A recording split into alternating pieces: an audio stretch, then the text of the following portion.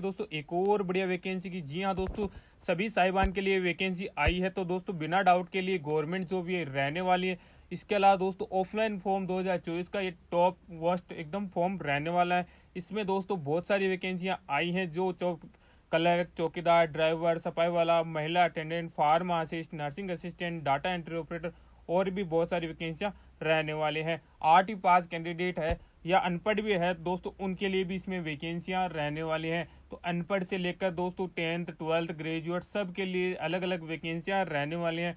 Form की बात करें तो दोस्तों निःशुल्क ये फॉर्म रहने वाला है, निःशुल्क भर्ती रहने वाले हैं। डायरेक्ट फॉर्म डाउनलोड लिंक आपको मैं प्रोवाइड कर दूंगा, या फिर मेरे व्हाट्सएप ग्रुप में दोस्तों आपको फॉर्म फ्री ऑफ कॉस्ट मिल जाएगा, वहां से आप इसको फॉर्म को भर सकते हो। इसके अलावा दोस्तों इस वैकेंसी को मैं हमने इजी गवर्नमेंट जॉब की कैटेगरी में रखा है, क्योंकि दोस्तों इजी गवर्नमेंट जॉब के बारे में सारी जानकारियां आपको द्वारा दी गई है। इसके अलावा इसका फॉर्म थोड़ा सा डिफरेंटली भरा जाएगा, और इसके अलावा अंतर्गत दोस्तों आपको सिर्फ एक लिफाफा भरना होगा, और दोस्तों इसमें मेडिकल फिटनेस प्रमाण पत्र भी साथ में देना होगा। तो दोनों का मैं फॉर्मेट आपको देने वाला हूँ। साथ ही साथ दोस्तों इसका दो फॉर्म कैसे भरना है, टिकट कैसे लगाना है, डाक लिफाफा कैसे भरना है, उसकी भी जानकारी आपको दी जाएगी इसी वीडियो के अंतर्गत। तो पहले दोस्तों हम इसकी जो फॉर्मेट क्या रहेगा उसके बारे में चर्चा कर लेंगे। तो इस प्रकार का आपका डाक लिफाफा रहेगा, इस प्रकार का दोस्तों आपका मेडिकल फिटनेस प्रमाण पत्र रहेगा, जो अभी आपको मैं भर के बताने वाला हूँ। इस प्रकार का आपका फॉर्म रहेगा, इसको भी मैं आपको भर के बताने वाला हूँ। तो सबसे पहले तो अभी हम वैकेंसी की चर्चा कर लेते हैं। दोस्तों ये वैकेंसी ऑल इंडिया लेवल की वैकेंसी रहने वाली है। तो जो भी कैंडिडेट हो, किसी भी जाति से हो, चाहे कोई फर्क नहीं पड़ता, आप इस फॉर्म को भर सकते हो। उससे पहले पहले दोस्तों अगर आपने किसी भी गवर्नमेंट जॉब की अब तक तैयारी नहीं की है, तो आप एक बार जाके हमारे चैनल पर जरूर विजिट कीजिए, क्योंकि यहाँ इतनी अच्छी अच्छी और इजी गवर्नमेंट जॉब आती रहती है। तो आप जरूर इस फॉर्म के लिए अप्लाई करिएगा। दोस्तों इसी चीज के अंतर्गत आपकी जो नियुक्ति है, यानी सिलेक्शन के बाद में कहाँ आपको पोस्टिंग दी जाएगी, उसकी चर्चा की गई है कि अंबाला, पानीपत, करनाल, कैथल, यमुनानगर, खरदोड़ा, कुरुक्षेत्र, नारायणगढ़, नाहन, सोनीपत यानी हरियाणा के अंतर्गत ही आपकी पूरी पोस्टिंग की जाएगी। इसके अंतर्गत पदों की बात करें तो दोस्तों टोटल 32 पोस्ट पर वैकेंसी आई है। महिला और पुरुष आवेदन भर सकते हैं। फॉर्म का शुल्क दोस्तों ये उन्होंने 25 रुपये बताया, लेकिन आपको मैं फ्री ऑफ कॉस्ट प्रोवाइड करने वाला हूँ। साथ ही दोस्तों 8 से स्नातक आपको बता ही दिया हमने कि आपको करना क्या है, लेकिन अभी वैकेंसी की चर्चा अभी पोस्ट वाइज कर लेते हैं कि कौन कौन सी वैकेंसियां इसमें आई है।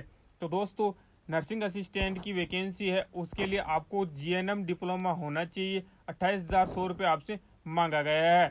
नेक्स्ट है दोस्तों लेब सहायक की वैकेंसी, इसके लिए 28,100 रुपये आपसे मांगा पेमेंट दिया जाएगा। आपको डीएमएलटी डिप्लोमा आपसे मांगा गया है। लेब टेक्नीशियन के लिए भी सेम वेतन, और इसमें लेकिन योग्यता में 12वीं पास संबंधित ट्रेड में डिप्लोमा आपसे मांगा गया है।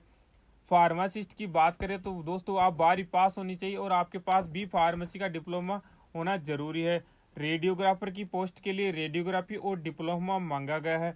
डाटा एंट्री ऑपरेटर के लिए दोस्तों क्लास फर्स्ट और लिपिक ग्रेड का ज्ञान होना चाहिए, वही आप ये वैकेंसी। और दोस्तों एक ड्राइवर की वैकेंसी है, 2 वैकेंसी एकदम रिजर्व्ड है एक सर्विसमैन के लिए, तो इसका आप ध्यान रखिएगा। क्लर्क के लिए दोस्तों स्नातक पास और फर्स्ट क्लर्की का ज्ञान आपको मांगा गया है। ड्राइवर के लिए आरटी पास और एमटी का ज्ञान होना आपको जरूरी है। महिला अटेंडेंट के लिए बात करें तो साक्षर होना ही आपके लिए जरूरी है। सफाई वाले की पोस्ट के लिए सिर्फ पढ़ा लिखा कैंडिडेट हो तो आप इसमें चल जाएगा। चौकीदार की पोस्ट के लिए बात करें तो दोस्तों इसमें 8वीं पास कैंडिडेट आवेदन भर सकता है। तो ये तो रही आपकी एजुकेशनल की डिटेल कि आपको एजुकेशन क्या क्या होनी चाहिए। तो जो कैंडिडेट पढ़ा लिखा है वहां से लेकर स्नातक के कैंडिडेट इसमें आवेदन भर सकते हैं। अभी आपको करना क्या होगा उसकी जानकारी आपको दे देता हूँ। आप दोस्तों अगर आप नजदीकी क्षेत्र के हो हरियाणा के, तो आप दोस्तों व्यक्तिगत रूप से जाके भी जमा कर सकते हो। अदरवाइज दोस्तों इसमें दोस्तों आप बाय पोस्ट भी कर सकते हो। डॉक्यूमेंट्स की चर्चा बाद में करेंगे, लेकिन साहिब एक बार आपको मैं फॉर्म भर के बता देता हूँ, उसके बाद में हम डॉक्यूमेंट क्या क्या भेजने हैं उसके बारे में बात करेंगे। Application form for employment in ECCS में आपको दोस्तों पोस्ट अप्लाइड फॉर कौन सी पोस्ट के लिए अप्लाइड करना चाहते हैं, जैसे चौकीदार के लिए कर रहे हो तो चौकीदार लिख देना है, ड्राइवर के लिए कर रहे हो तो ड्राइवर लिख देना है। नेम और पॉलिक्लिनिक जरूर लिखिए, कौन सी पॉलिक्लिनिक के लिए आप अप्लाई कर रहे हो, तो अंबाला के कर रहे हो तो अंबाला यहाँ पे लिख देना है। उसके बाद में आपका नेम लिखना है। दोस्तों मैंने ये फॉर्म कम कैपिटल लेटर में लिखा है तो आपको पूरा फॉर्म ही कैपिटल लेटर में ही भरना है दोस्तों। तो दोस्तों नाम आपका कैपिटल लेटर में हो गया। इसके अलावा दोस्तों जो नंबर उसके नीचे दो दो लाइन है वो एक सर्विसमैन के लिए, वो आप खाली छोड़ दीजिएगा।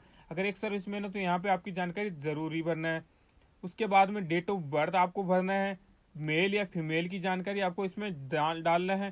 पोस्टल एड्रेस आपका क्या रहने वाला है उसकी जानकारी आपको वहाँ पर भरना होगा।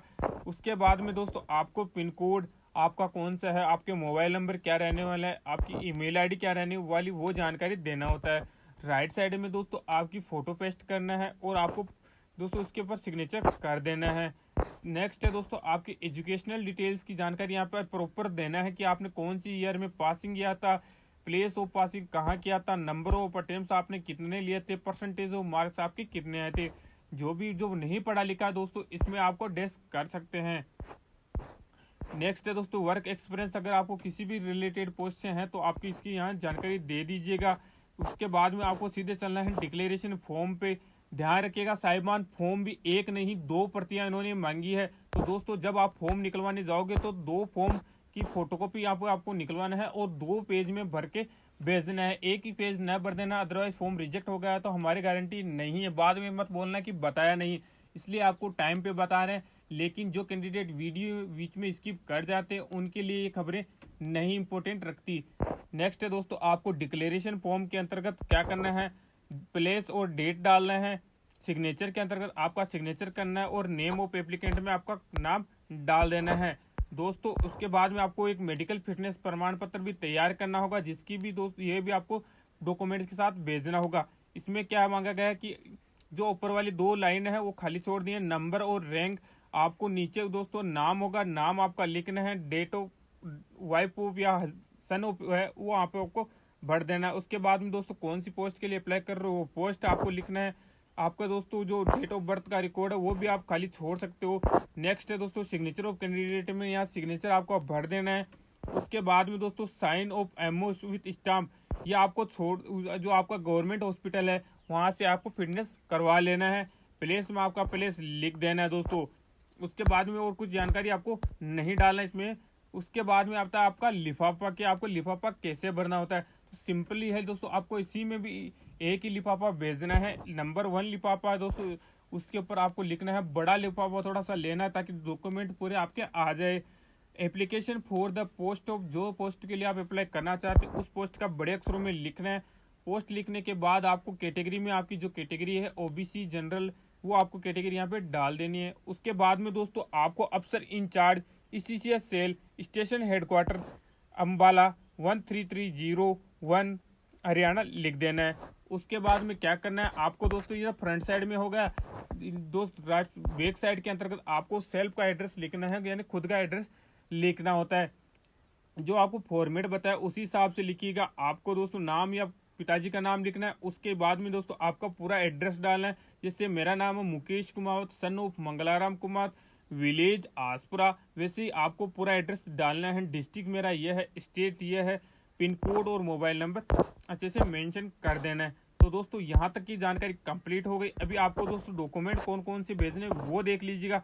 डॉक्यूमेंट्स के बाद में आपको बताएंगे कि ये वैकेंसी परमानेंट है या संविदा की।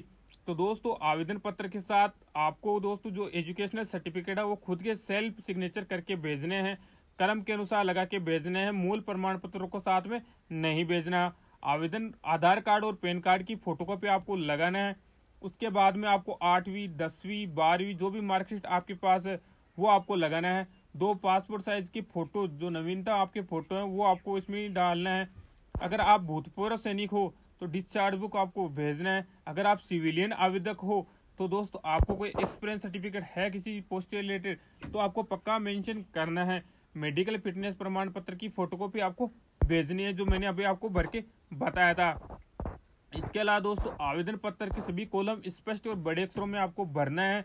और जानकारी आपको मैंने दे दी है कि साक्षात्कार के लिए अपने मूल प्रमाण पत्र लेकर पहुंचना है, जो स्टेशन मुख्यालय अंबाला में होगा। आवेदक को दोस्तों सूचना ईमेल या मोबाइल या मैसेज के द्वारा दी जाएगी कि आपको कब इंटरव्यू में बुलाया जाएगा। इसके अलावा दोस्तों भूतपूर्व सैनिकों के उपलब्ध न होने पर ही सिविलियन आवेदक पात्र होंगे। नेक्स्ट है दोस्तों आपका दोस्तों ये संविदा की वैकेंसी रहने वाली है। बात करें इसकी लास्ट डेट की तो दोस्तों इसकी लास्ट